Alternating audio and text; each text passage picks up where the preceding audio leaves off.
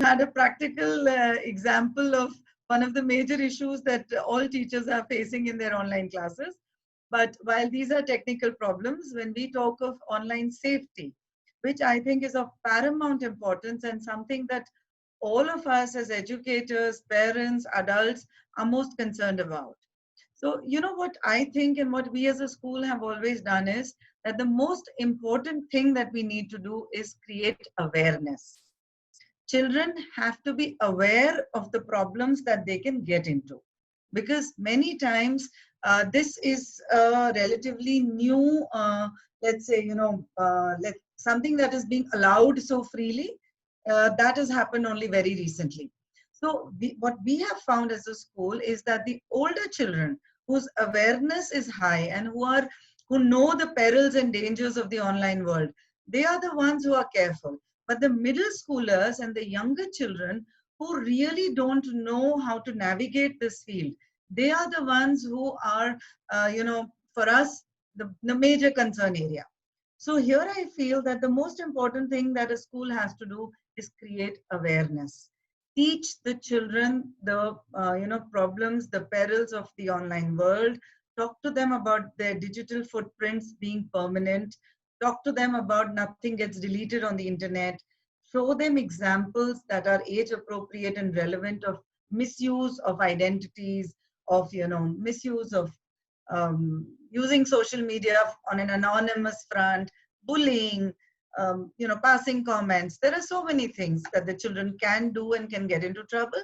So what I believe is first and most important is awareness, teaching the children what is the right way to use the internet and how to use this virtual space and world. And how do we do that? If you want to know, I can tell you at our schools. So we have very well drafted social media policies.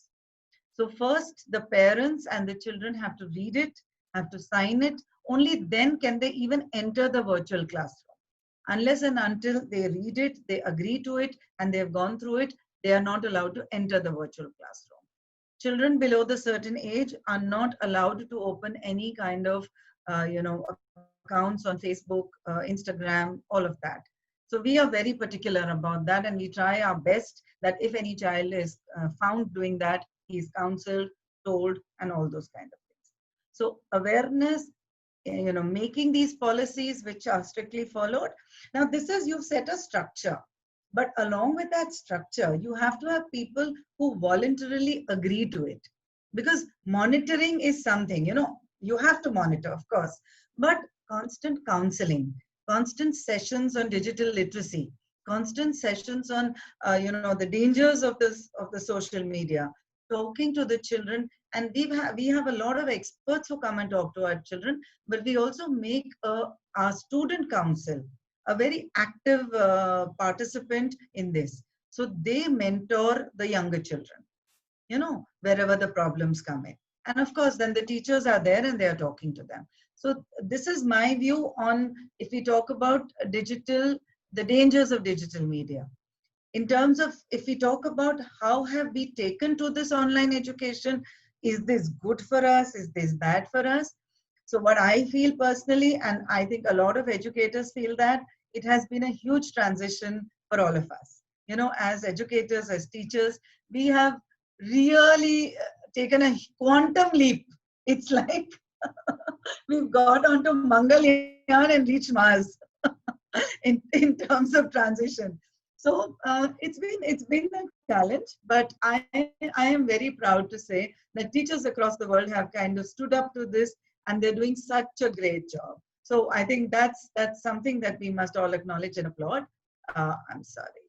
So keeping that in mind, we've moved to this platform, and I'm sure it's here to stay, and we are all trying our best. Children have taken to it very easily. Teachers have taken to it very easily. And definitely, I see that all this technical problems and all aside, it is a very important media for us. But again, there's a huge platform of people who don't have access to this. So we can't only talk about children in private schools who are able to use this and who are carrying on with their learning. I know a lot of children who are from not such backgrounds and who don't have access to digital mobiles and aids. And, even there I have seen teachers who are on WhatsApp passing on lessons, trying to teach, but it is not that effective. So, we have to finally get back to school and get back to classrooms, because while this is good as a temporary measure and as an aid, it cannot be the only way of education. It just doesn't work like that. Yes. Thank you so much, ma'am. So, what I can take back from you is that one, awareness, structure, participation, and you brought up a very important point of access that some students are lacking. Thank you, ma'am.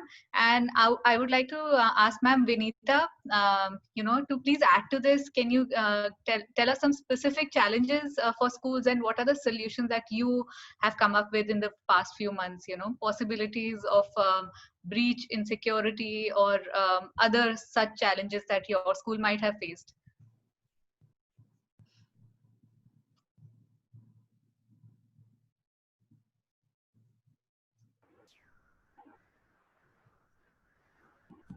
Ma'am Vinita from Brahmavid Global School. Ma'am, you have to unmute yourself. I have asked you to.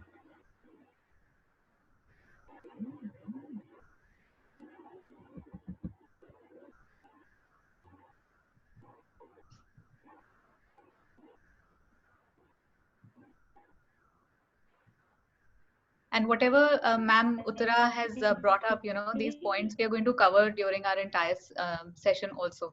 Ma'am Vinita, I hope you're comfortable talking now. Right. I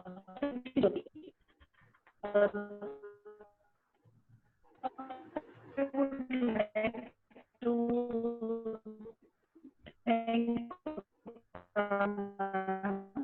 that she has shared I think there's some problem in the connection. We will come back to this again. Samir, because, the last point that Ma'am Uttara brought up was the point of access, that some kids aren't, they don't have actual access to. Shruti, I would need some help in muting. Okay. Audio is off. There is some technical issue. So yeah, thanks. So Samir, since we brought up access and you work so closely with children largely from the underprivileged sections of the society, can you tell us how children are managing this transition in your opinion, given the current environment? Sure, Jyoti. So as Uttara ji said, I absolutely resonate with her. It is the middle schoolers who are actually currently facing a lot of problems when it comes to safety and security on the online platforms because of lack of awareness. So I've been teaching early teens, like mostly girls, for the last 1 year, and they all mostly belong to under-resourced communities. The major problem that arises is that they are one of the first generations in their family who are getting acquainted to the digital world. First, again, one problem also being that primarily they don't even have devices and the internet connections to have access to the digital world. And those who have are currently, like, their time online is currently going unsupervised by their parents. And this makes them most vulnerable to the digital space. Talking more about it, the virtual reality, the virtual reality is becoming the new reality now, and getting new followers for that matter is becoming the new fashion statement per se. So, like we have faced, our school has faced a lot of challenges in the past, and we have also come up with certain solutions. So, like the first one being creating awareness, and so the first measure we took to create awareness was to reach out to you and Akanksha there, and we had a great help from your side. Secondly, what we did was we started working with parents as partners. We realized that if the parents are unaware about the situation, because we are not in constant touch with the students like in physical touch, it's very hard for us to create awareness or have a supervision, especially to the middle school students. What we did was we started educating the parents about the technology and telling them about how it can be very useful and how it can be very harmful for the student. So these are the measures we have taken up. One more measure we have taken up is a sustainable. We are trying to create a sustainable model here. We have started talking to the like.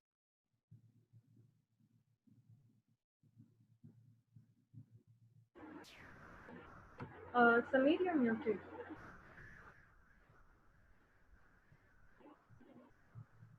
So yeah, and more points that we've added to what Ma'am Uttara had said about access.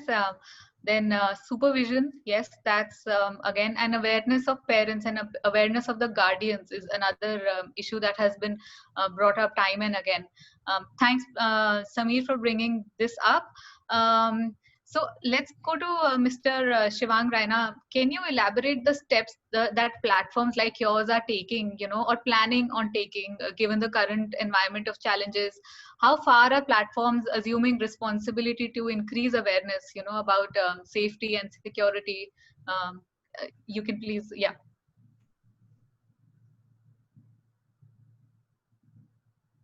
Please. Somebody has to unmute him. Yes. Yeah. Go ahead. Can you hear me now? Sorry. Yeah, we can. Great, perfect. Before I begin or say anything, I think my heart is full right now because we are outnumbered by children in this call. The adults are outnumbered by children, and that is such a fantastic start to the call. And so thank you, all the children for taking out time, and thank you, esteemed panelists. I absolutely resonate with what Madam Uttara said and what also Sameer pointed out. In fact, Sameer, Teach for India is something that I began working with about 10 years ago. That was my first assignment. So I have been to so many classes, and I can completely put myself in your shoes when when you're talking about issues with parents, teaching parents, and especially the adolescents and you teach a very difficult lot right now. You're teaching early teens and early adolescents. So that's absolutely commendable. I think there are a couple of ways to look at it. Online education was never meant to be a substitute for offline forms and traditional forms. This is what sort of signifies how us as humans evolve over a period of time and how quickly we evolve. I have teachers in my family where I could see them struggle in the first 2 months of the lockdown so much, that imagine teaching a 14-year-old or a 15-year-old where the child on the other end of the screen is, fiddling with the screen, yelling, shouting, doing many things. And then you don't even know how to mute or unmute, as Madam Uttara pointed out toward the beginning. I think these are real issues, right? And just as we have had the habit of facing these real issues in the classroom, we don't have the habit of facing these issues online. We are developing that habit of facing these issues and then coming up with solutions for them. So having said that, like I said, I resonate with what the panelists so far said. I think it is extremely important to understand that children face bullying and harassment online, and that has been growing in the past few years. There are sexual predators online who are lurking around, looking for opportunities, such opportunities to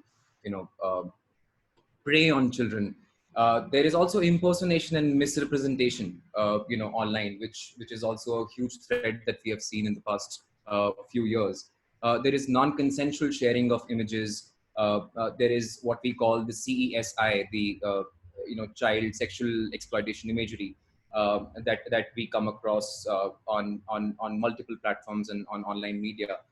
So these are some of the things that, some of the fundamental problems, especially when it comes to children online and how we deal with that.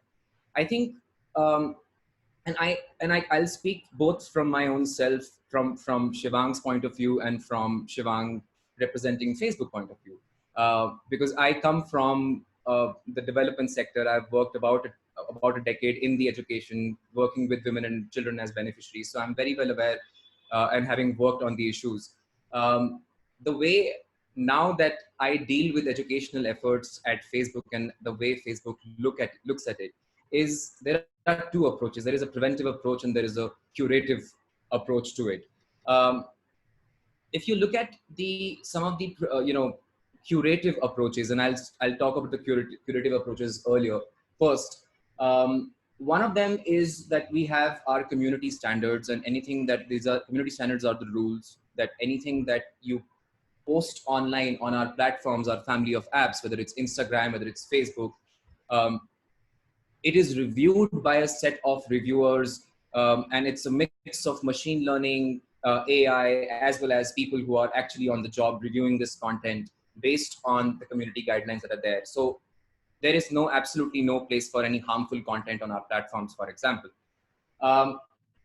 Recently, and off the top of my head, I just remember this happened 2 weeks ago, that we made a policy, recently changed and brought a change in the policy where any rape threat which comes online to any person is a severe violation of the policy, and it is immediately the account will be taken down, blocked, and in severe cases will be reported to the law enforcement agencies. So that is something that we are constantly working with. Under the community standards in 2020 alone, we have taken down some 39.5 million pieces of content, which are violating such guidelines, and about 8.6 million pieces of content on child sexual exploitation imagery. So that is something that is a immediate curative step that we take going forward. We also give power to people. So there is something called tools. You can go online. There is a Facebook help center. You can report a user if there is a bullying or prevention, bullying or harassment happening online. You can actually report that by using these tools. There are content moderation tools that exist that you can actually moderate every piece of content, every comment, every like, every single thing that goes online. You can moderate that based on your preferences and what you can allow on your profile. And then, of course, there are features like lock your profile. There are, I don't know if you've experienced that yourself, but there is an option of locking your profile where none of the strangers or outsiders outside of your circle can actually come in and look at your photos or, go through your profile. There is something also called Messenger Kids that we introduced, and this is something that the kids can use to interact with each other under a guided supervision of parents. So it's an embedded feature within the particular app that we make it useful for the children, because obviously this is something that is I think we understand it at its core, that without the parents' involvement and without parents and educators working in synergy, there cannot be this process that we can look at, holistic learning for the child, especially in these times when everyone is home and struggling at the same time. And coming to some preventive approaches, and now I will again allude to Madam Uttara's point when she said we need to have more and more awareness programs. I think she's absolutely right, because this is what our approach also has been. We have something called We Think Digital. This is a global digital literacy program, and which encompasses aspects of online safety, privacy, misinformation, digital well-being, and mental well-being online. So these are some of the core pillars of this entire program, and learning resources which are readily available. It's a public resource. People can actually go online and look at it and self-learn as well. We are also obviously are partnering with some nodal agencies across the country. We are working with National Commission for Women. We have been working with Center for Social Research for a very long time now. And also we have recently partnered with the Central Board of Secondary Education, CBSE, to train people in online safety and well-being, as well as in augmented reality.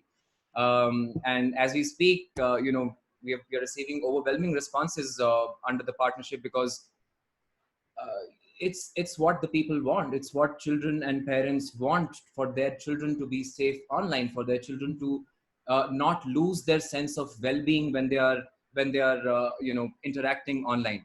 So I think these just form a host of solutions. There is a preventive, there is a curative approach. We recognize that there exists these issues and problems, and I fully agree that uh, online is not a substitute. It has to be a blended approach. It is not an either or approach. It is something that has to coexist in the long run. But it definitely opened a lot of eyeballs. We didn't imagine ourselves to be in this space, and suddenly we are, and we have adapted ourselves, and things are happening. Who would have thought a child coming to the parent and saying, I'm going to be learning from an ebook, and the parent saying, haha, do it, go. And then now this is the new normal now. So I'm glad. I'll be happy to answer any more questions that you might have, but thank you so much for having me on this Thanks, panel. Shivan. That's just puts a lot of things in perspective from your angle. And you're right. Teachers, parents, all of us found ourselves telling our kids to come offline, leave the screen, and we increasingly find ourselves telling them to go online, learn, and so things are changing. That's definitely where we are headed. Dr. Jeannie, coming to you, we know you work very closely with students on issues of mental well-being, and have the past few months brought newer, different problems the students, parents, and even teachers have been facing? And has there been a spike in number of cases? And how do you think, as stakeholders in our children's well-being, can we work on filling these gaps in our communication with them? Because like we've all concurred on a similar point, where we think that parents need to step in, and they also need to be aware, and they need to participate.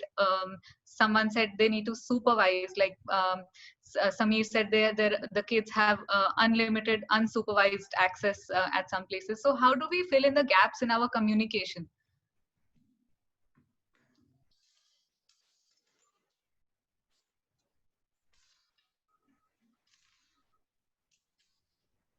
Dr. Jeannie is the chief psychological officer for Your Dost, and he works on mental well-being with children very closely.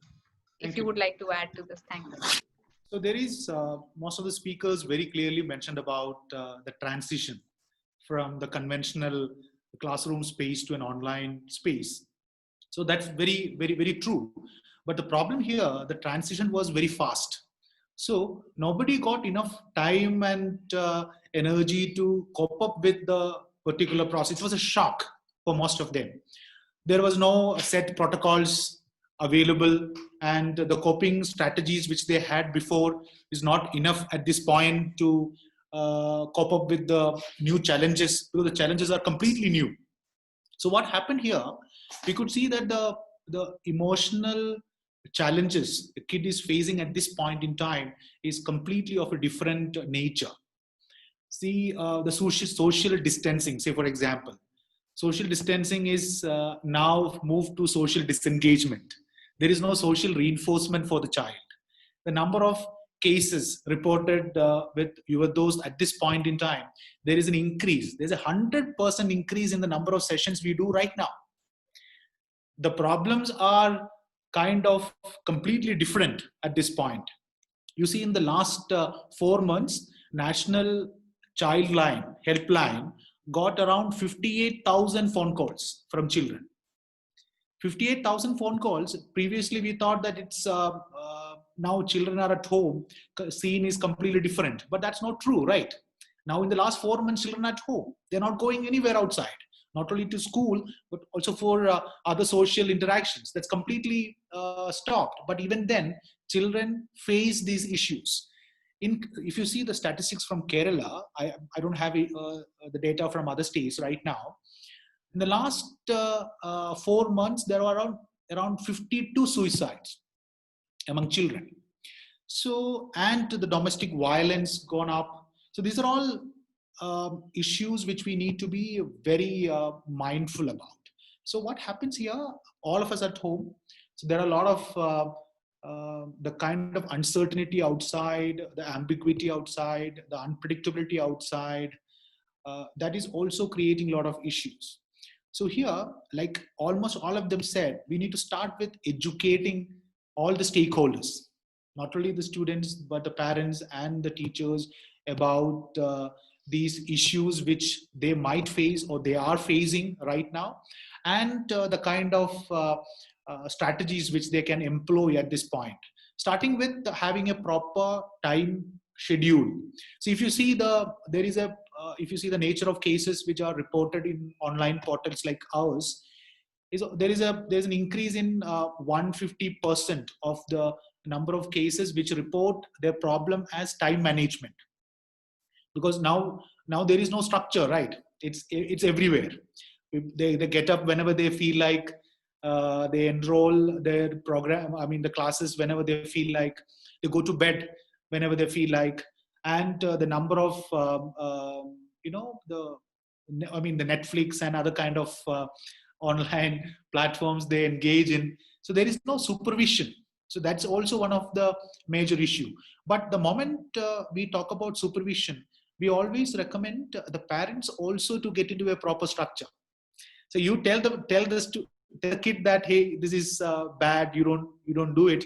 But on the other hand, parents are all completely into mobile phone, social networking sites. That's creating another problem. So before lockdown, there was a very interesting statistics from Tata Institute very clearly mentioned that there was an increase in the number of hours spent online. An average Indian is spending around 5 to 6 hours every day on social networking sites. And you know that after lockdown, it has increased, I mean, minimum 30 to 40%. So here, internet fasting is also recommended during this time, where all of you, parents and children, they can spend time together without checking stuff online.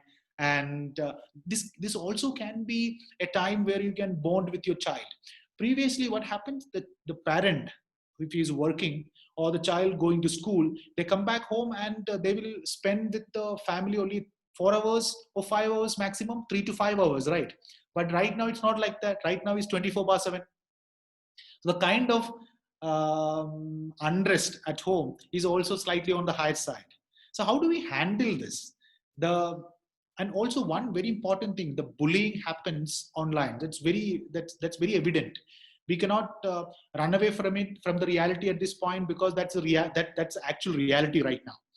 Here, what we can do right now is to be mindful about the child's behavior. So if any, say for example, if the child affected, definitely when the child is affected, it will be reflected in his behavioral pattern, in his affective space, in his cognitive realm. Are we trying to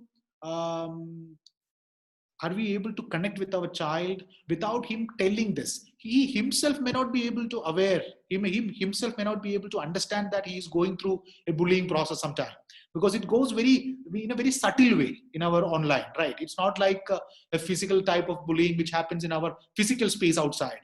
It's a very subtle way. So the children may not be able to understand that or pick up the data that he's been bullied in the online space. But in his psychological space, it will create some kind of a ripple, or the ripples which are created in his space can be understood by somebody who is very close to him.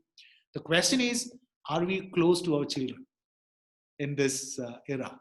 We are staying in the same family, staying under the same roof, inside the four walls, doesn't mean that we are close to each other. So this is a time for reflection, and also it's a time for, like everyone said, it's time to educate each other in terms of understanding what's going around. We'll come back with it. That's another it's good to hear from you about the mental well-being side and communication for the children. That's like super important given the current circumstances. So I hope Ma'am Vinita, you're here, and would you like to add to whatever our panelists have brought together, the points of the challenges that we are all facing together?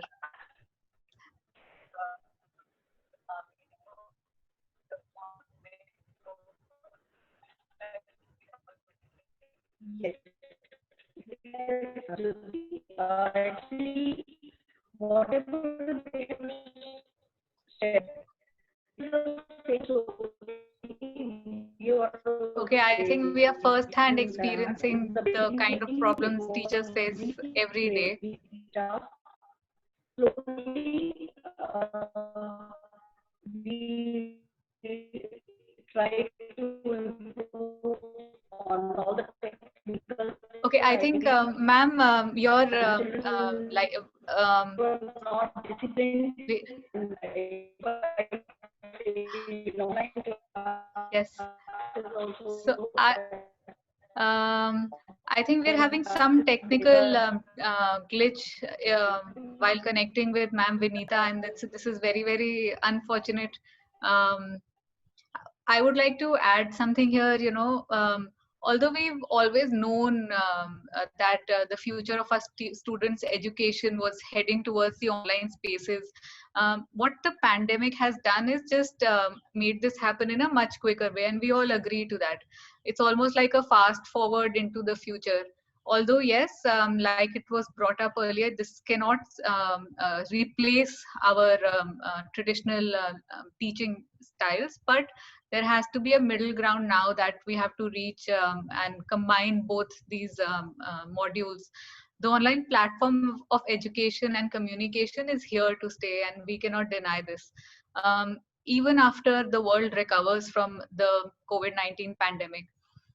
Coming back to you, Ma'am Uttara, would you like to outline some very specific changes that our schools can adopt for the sake of our the students' well-being, even afterwards? Absolutely. So, Jyoti, what I am planning that as soon as school reopens, the first day, we are not going to teach. We are only going to talk to our children. We are only going to hug our children. We are only going to connect with them, one to one. There's going to be no teaching happening, at least for a day, if not more. Because really, really, today, I think the need of the hour is, while social distancing is important, of course, we have to maintain that. But I'm hoping that by the time schools open, we have COVID behind us. If we don't, then we'll maintain the social distancing and carry on. But the way, smaller children nursery children, they haven't even seen their school. They haven't even seen their teachers. And everything they're only connecting to it through a screen. So what is the perception that a child has of what his school would be like? I mean, that is something that we need to address. And even for children who are older, this whole thing, like Dr. Jeannie just told us, the children are feeling isolated. And whatever you may say, even if they are in a family and they have their family members, nothing can replace your friends, no, and the environment in school. Just in the break, lunch together, sharing your tiffins, sharing your secrets. All of that is such an important part of growing up. So I think definitely we need our schools to reopen. We need the children back. Nothing can replace that environment that a school provides to students. Of course, we have to be very, very careful. If we reopen early and we still don't have a vaccine for COVID, then we have to maintain all the precautions that are required. We have to, get students in batches, all of that.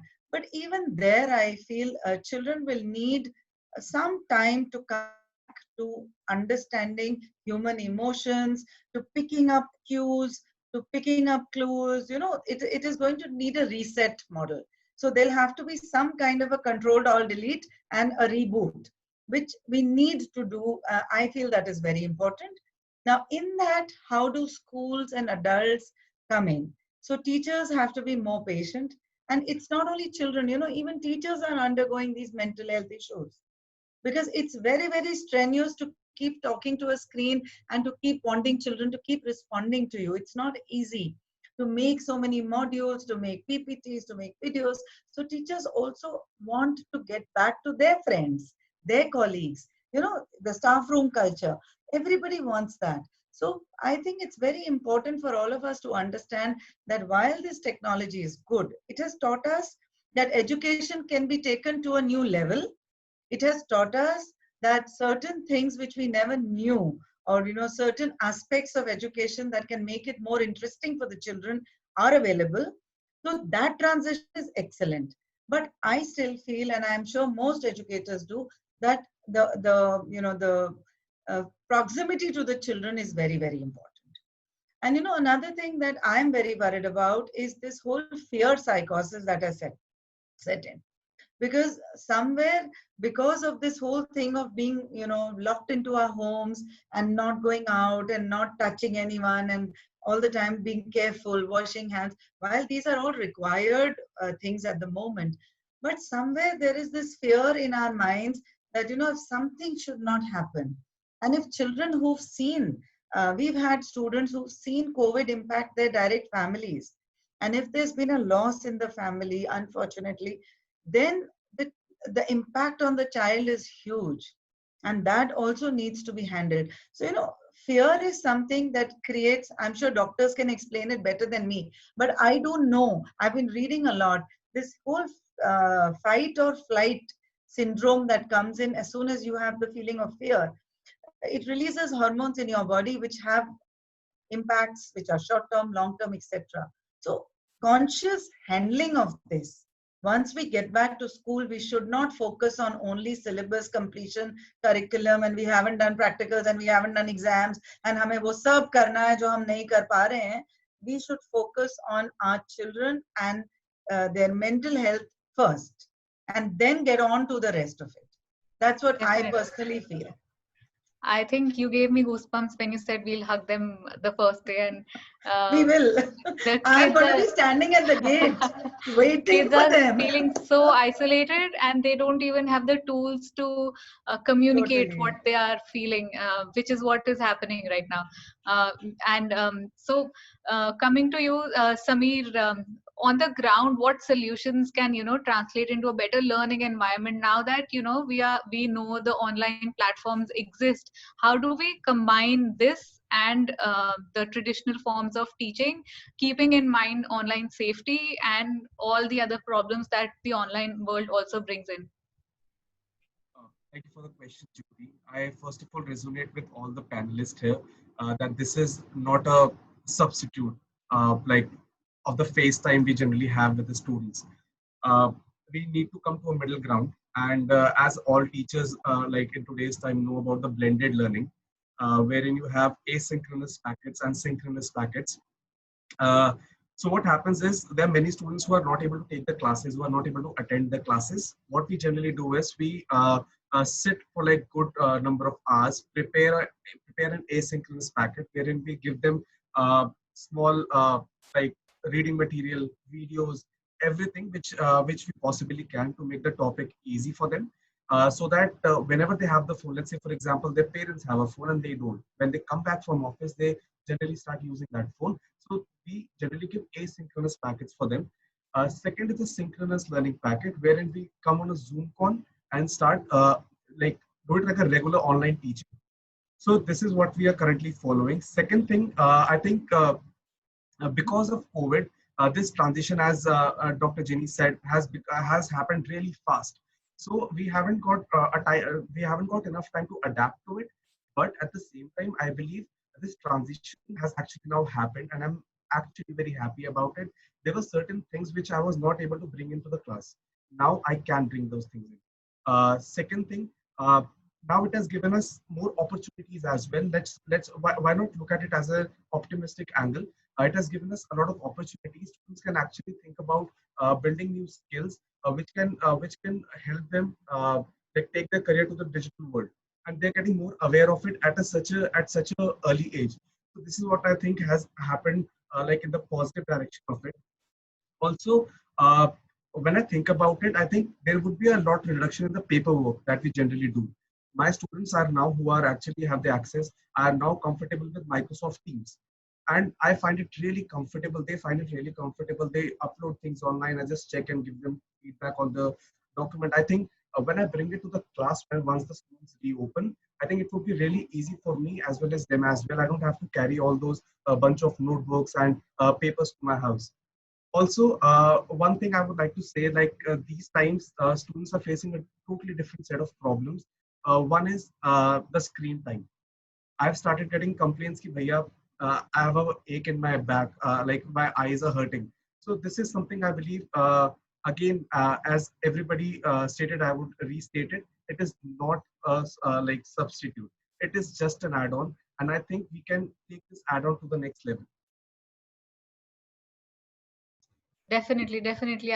We completely agree with this thought process, Samir. Coming in the future, how education is going to be, it's going to be it's a combination of online learning as well as FaceTime with each other. Keeping in mind that our teachers and our children, we are all aware of the problems that exist and are better equipped. So about that, Shivang, would you like to give us some inputs on the way forward? Um, please go ahead.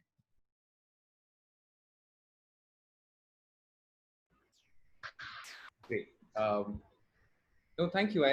There's so much to learn from the panelists here, because these are some of very relevant points, made by Mr. Gopinath and Madam Mitra and Sameer. And unfortunately, I would have loved to hear Madam Vinita as well, but we couldn't hear her. But I think um, I'm inclined to look at some of the positive aspects of the last few months, and I'll draw upon those to talk a little bit about the way forward from here on. I think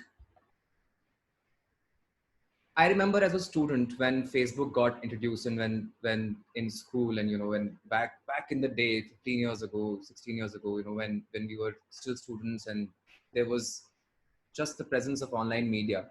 I remember the initial resistance by teachers and educators around that, stop this. This is not something that you can use for your own benefit. And and in our lifetime, we saw that transition happening from the same educators, and I'm not even talking about the current times. The same educators moved from don't have a profile on Facebook to having classroom groups on Facebook, to having WhatsApp groups online, and making use of the technology, right? With certain checks and balances in place, like Madam Uttara said that she has a policy in Shri Ram schools, and where the parents sign the policy and students sign the policy. But we saw that shift in behavior from both the educators as well as parents, that, hey, there is a technology in front of us. We can make use of it, provided we are careful with how we make use of it and how much we make use of it. But I think that gives me a very good classic example. And then I come to current times in the last few months. I think if you look at it, and this is just another perspective, it has also given a lot of decision-making abilities to children, right? Now if the child comes to a parent and says that, there is an ebook here, or there is a podcast that I want to listen to, the child may not be shunned down by the parent that, oh, go read your book first. This is not something that you need to, this comes after you have read your book. It's not an either or in the parent's mind as well. So this is somehow in some ways given some decision-making abilities to not just the parents and the educators, but also to the children themselves. And one of the biggest examples is the children on the call today. Like they are some are sitting with their parents, some are still listening, some are glued in, some are fidgety here and there, but this is them choosing to do so, right? No one is forcing them to to be on this call and to listen to us, right? So I think that is a sign of positivity for me. And I think going forward, I think if you look at the erstwhile MHRD, which is now the Ministry of Education, after the new policy has come into place, they came out with a policy guideline on digital education. They said it's called Pragyata, available online for everyone to read. So it clearly divides on the kind of reach that online education has, the kind of blended learning that Sameer spoke about, and the kind of focus on educators as well as the children in terms of their mental well-being. And these are things that they have factored in, because obviously we are looking at people with full connectivity, people with partial connectivity, and then people in the offline mode where there are TVs and radios and other mechanisms that will be made use. And if you look at the the National Education Policy 2020 now, um, there is immense focus on, especially children from underrepresented groups, children from disadvantaged groups, historically marginalized groups.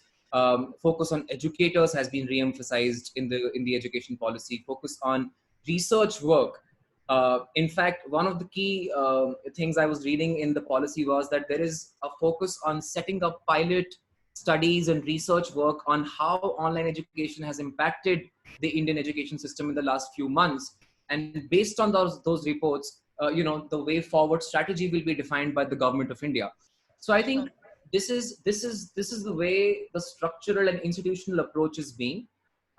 If I look at the individual approach and the individual level, I think there is a lot to learn from each other in this space. And we are learning along the way. There is no substitute. I just hope, and this is my hope and wish, that whenever we return to the offline mode and return to schools, we don't completely shun online again, because we have seen the potential. So we should pick up the best parts, pick up things that really make learning wholesome for the child, and then blend both offline and online modes. Yes, So I don't think we can go back to the completely offline model, and I'm sure yes, Uttara ma'am is agreeing with us. She agrees that's not going to happen, so we are running. We are short on time now. Dr. Jeannie, can you give us some very basic points that teachers and parents and all of us can keep in mind while helping our kids, for their well-being? Yeah.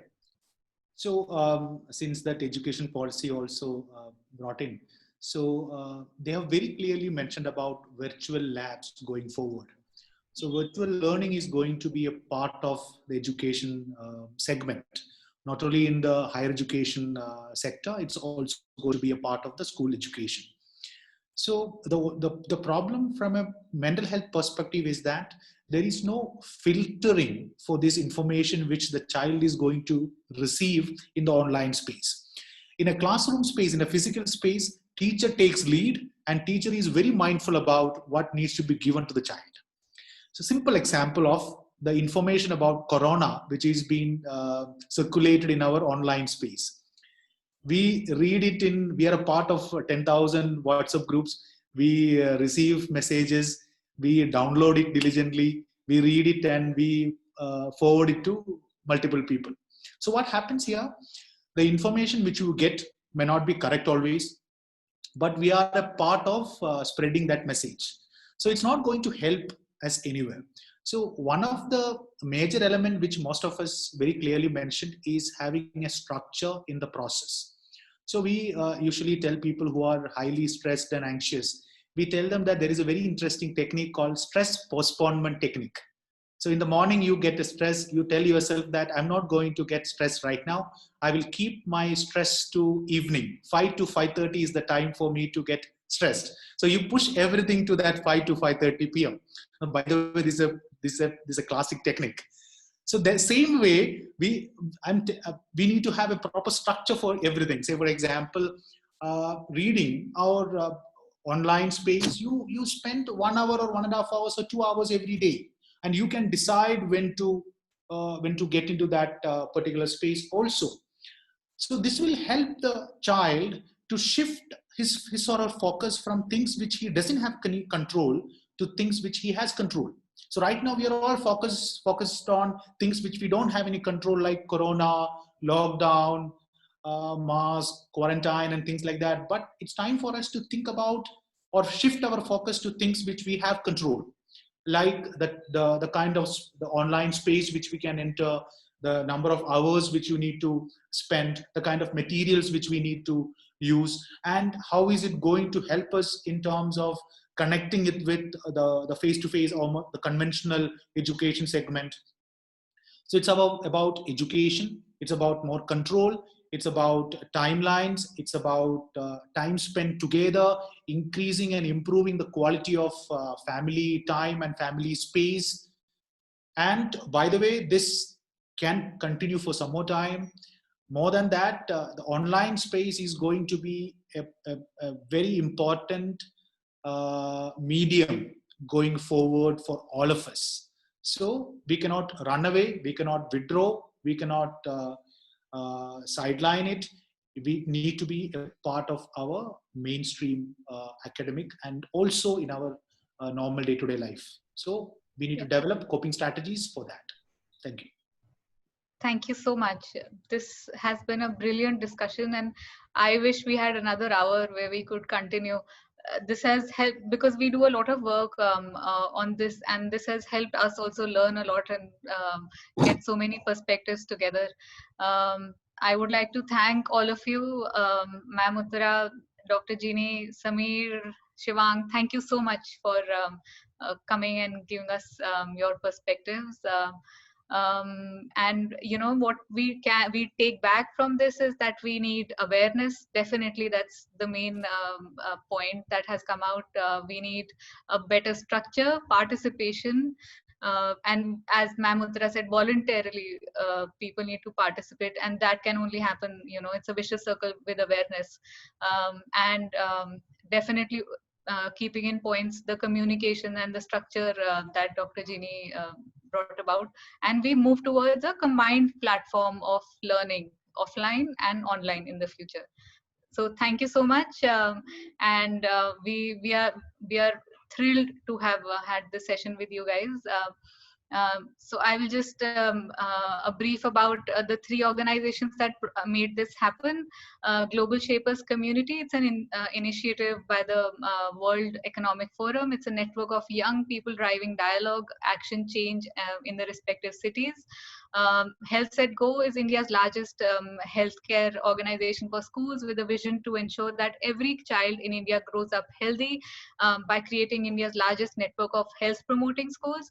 And we at CSR, we are a non-profit organization and founded in 1983. CSR is dedicated to creating a violence-free, gender-just society through social research, capacity building, advocacy. We have been working on issues of online safety for many, many years now, and we've managed to train more than 35,000 students.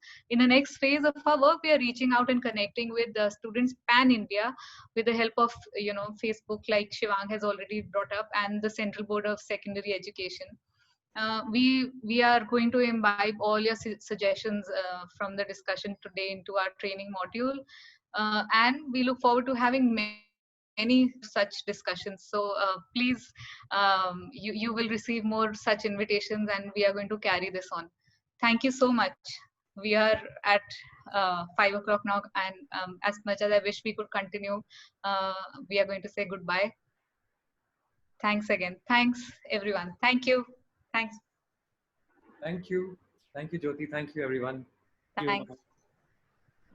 Thank you so much, Jyoti and everyone. It was a pleasure meeting all of you and hearing your views. And I would just like to request Facebook to have stricter rules and not let young children get on. Ask them for a proof of birth. so that you know, there are stricter rules for that. I think Shivang has left, but anyways. I'll send him your message. Please do. Same here. All the best, Samir. More power to you. God bless you. And thank you, Doctor. It was wonderful. And thank you, Jyoti. It was wonderful talking to you. Thank you, ma'am. So again, thank you so much, Jyoti. Thanks. I had like so much to learn to and add to this space. Thank you so much for having me, and thank you so much for all the panelists, Uttara ma'am, all the students who joined today. There was a lot to learn, and I had so much fun doing this today. Thank you. Thanks, Samir. Pleasure. Thank you. Thanks.